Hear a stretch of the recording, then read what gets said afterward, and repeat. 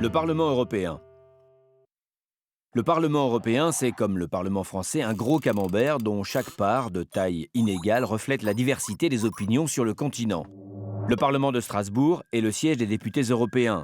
Élus par les 28 pays de l'Union, ils sont quelques 750 pour 380 millions d'habitants. Le nombre des députés est bien sûr en rapport avec le nombre d'habitants dans chaque pays. L'Allemagne a plus de parlementaires que le Luxembourg. Tous les partis politiques européens y sont représentés. Ils sont regroupés par tendance et non par nationalité, l'extrême gauche, les socialistes, les écologistes, les libéraux, les conservateurs, l'extrême droite. L'idée au départ, c'était que la construction européenne soit aussi une construction démocratique et pas seulement un grand marché. Mais l'addition de plusieurs démocraties ne fait pas une grande démocratie. Il fallait donc qu'il y ait un vote des citoyens. Tous les 5 ans, Carlotta, Bernd, Julie, Julio et tous les Européens votent pour élire leurs représentants au Parlement.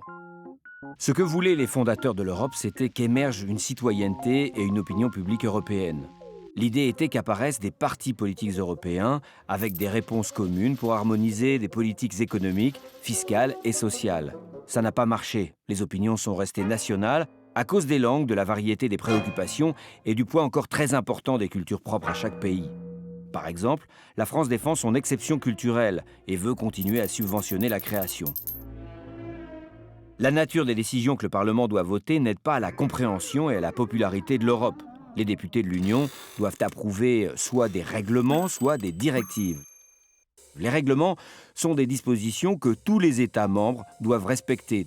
Les directives sont des obligations faites à tous les États membres sur des objectifs à atteindre, comme celui d'ouvrir son secteur à la concurrence ou de permettre aux professionnels de faire leur métier dans le pays de leur choix.